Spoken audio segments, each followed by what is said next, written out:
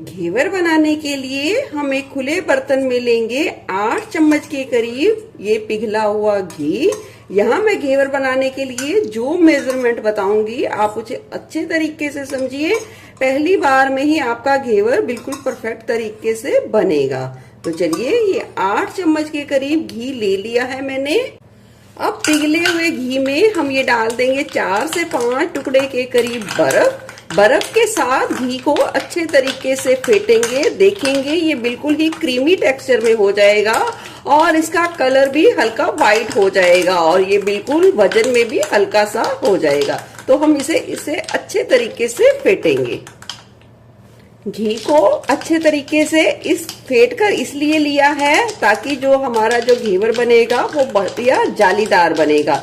ये देखिए 2 मिनट का करीब समय लगा है और हमने अच्छे तरीके से घी को फेंट लिया है। और दिखाती हूँ मैं इसकी कंसिस्टेंसी। ये देखिए जिस तरीके से फेयर एंड लवली क्रीम होती है बिल्कुल ही ऐसी कंसिस्टेंसी में हमें घी को फेंट के तैयार करना है। अब बर्फ को हम इस घी से निकाल देंगे। यहाँ मैंने 8 चम्मच के करीब घी लिया है, तो यहाँ लेंगे हम 400 ग्राम के करीब मैदा, यानी कि 2 कटोरी के करीब मैदा। अब थोड़ा थोड़ा मैदा लेंगे और इस घी में हम अच्छे तरीके से मिलाते जाएंगे। एकदम से ना मिलाइए, थोड़ा थोड़ा करके हम 2 कटोरी के करीब मैदा हम मिला देंगे। ये देखिए मैदे को अच्छे तरीके से मिला दिया है और देख सकते हैं इसकी कंसिस्टेंसी हल्की हल्की सी दरदरी सी हो गई है। अब इतने मैदे के लिए हम 1 गिलास भर के दूध लेंगे, वो भी फ्रिज का रखा हुआ ठंडा, और थोड़ा थोड़ा करके मिलाएंगे और इसे बिल्कुल लम्स फ्री बना के तैयार करेंगे। पहले हम इसमें दूध मिलाएंगे और इसे अच्छे तरीके से फेंटते जाएंगे। देखिए दूध मिलाने के बाद ये देख सकते हैं इस तरीके से ये लटपटी कंसिस्टेंसी में आ गया है। अब हम इसमें डालेंगे आधा गिलास के करीब ठंडा पानी, और ठंडे पानी में मैंने थोड़ी सी बर्फ का भी और इस्तेमाल किया है और इसे अच्छे तरीके से फेंटते जाएंगे। जरूरत के हिसाब से थोड़ा थोड़ा पानी इस्तेमाल करेंगे और इसे अच्छे तरीके से घोलेंगे।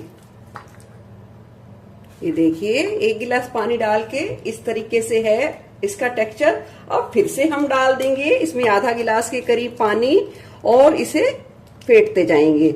जैसे जैसे फेंटेंगे इसकी गुठलियां खुद ब खुद कम होना शुरू हो जाएंगी। आधा गिलास डालने के बाद फिर से हम डाल देंगे। लगभग यहाँ मैंने 2 गिलास के करीब बिल्कुल ही ठंडे पानी का इस्तेमाल कर लिया है। अब हम इसे 5 मिनट के लिए अच्छे तरीके से फेंटेंगे और बिल्कुल इसे लम्स फ्री करेंगे। ऑलमोस्ट इस स्टेज पर मैंने जो मैदे की गुठलियों को अच्छे तरीके से फोड़ लिया है। अब हम इसमें डाल देंगे 2 छोटी चम्मच के करीब बेसन। बेसन डालने से क्या होगा, जो घेवर है उसका कलर बहुत अच्छे तरीके से आएगा और घेवर हमारा अच्छे तरीके से कुरकुरा बनेगा। अब बेसन को भी अच्छे तरीके से मिला लेंगे और इसकी भी गुठलियां फोड़ लेंगे।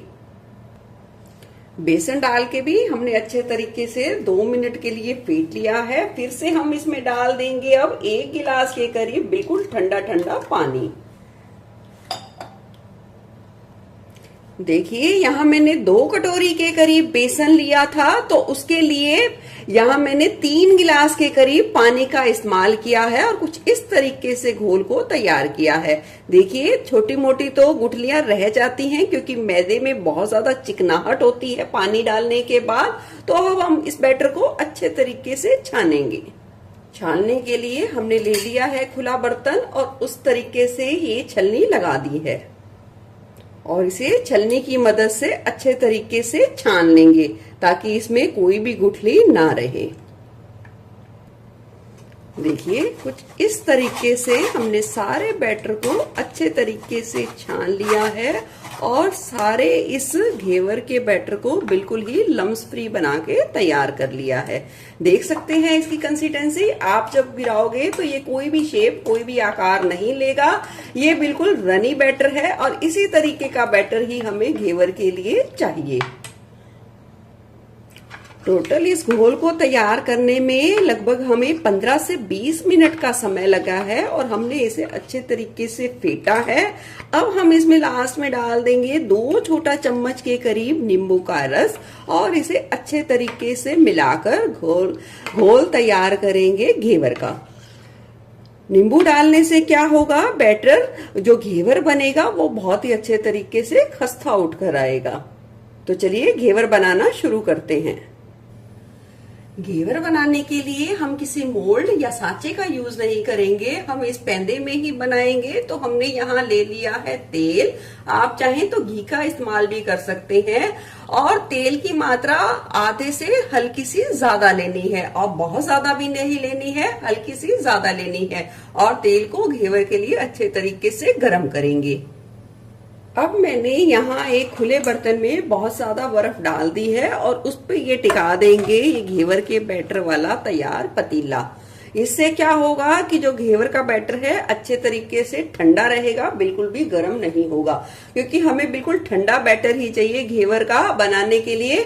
अगर आप चाहें तो जितने बैटर की जरूरत हो आप उतना बर्तन में निकाल लीजिए और उसे फ्रिज में रखते रहिए। और बैटर को याद रखिए बिल्कुल भी गर्म नहीं होने देना है।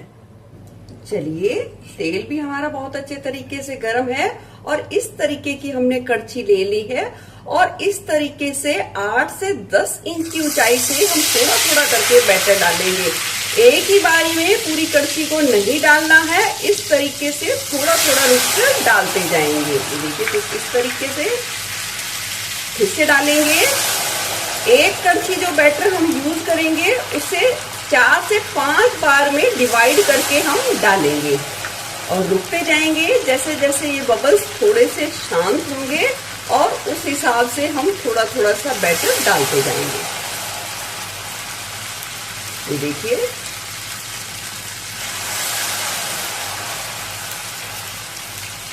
जैसे ही घेवर अपनी शेप में आने लगेगा हम इसे इस तरीके से थोड़ा सा होल बना लेंगे और गैस की फ्लेम को आप अपनी सुविधा के अनुसार थोड़ा सा कम ज्यादा भी कर सकते हैं। फिर से डालेंगे।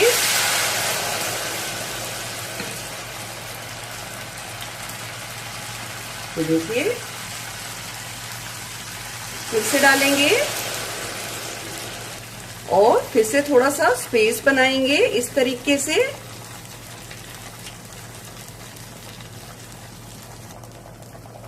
फिर से डालेंगे थोड़ा सा,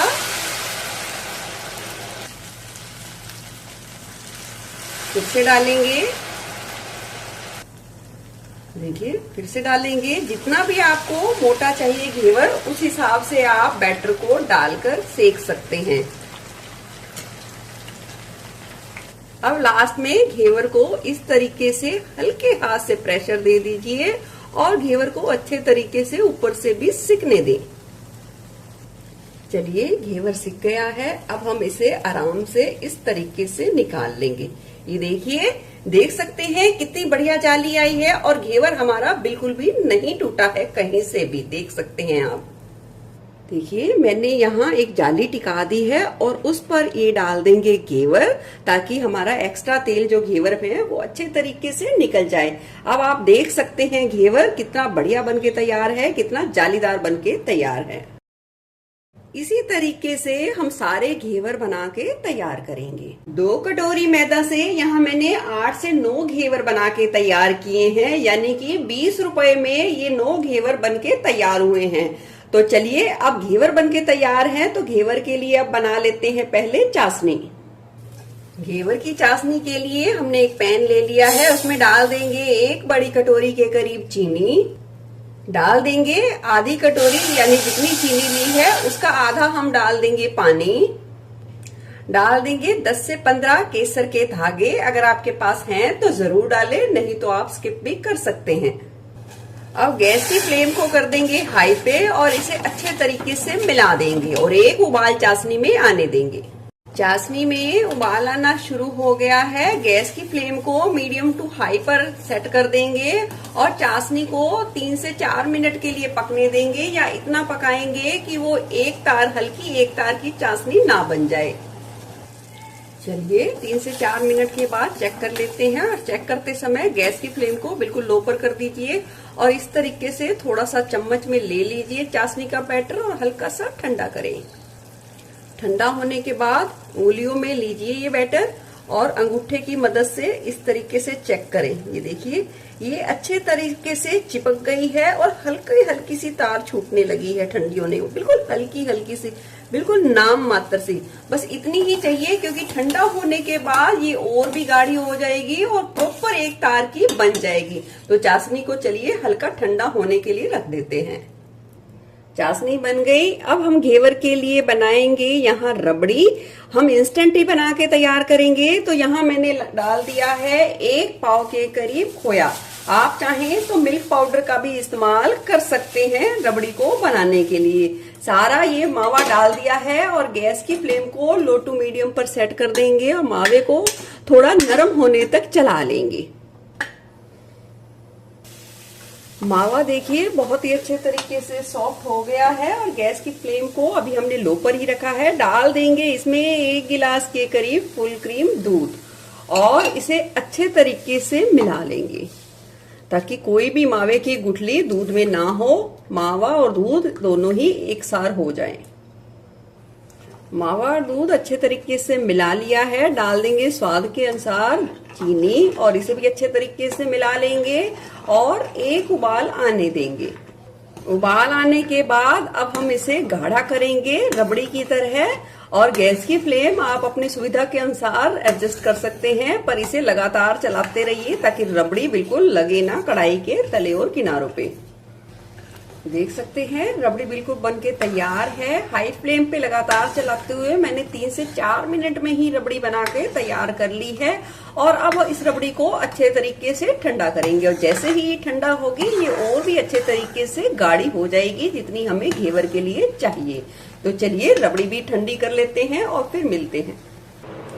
चलिए सारी चीजें साथ रख ली हैं और घेवर को हमने इस तरीके से जाली स्टैंड पे रख दिया है और चाशनी बिल्कुल नाम मात्र सी हल्की हल्की सी गर्म है और जरूरत के हिसाब से जितना आप मीठा पसंद करते हैं उस हिसाब से आप डाल दीजिए इसमें ये चाशनी।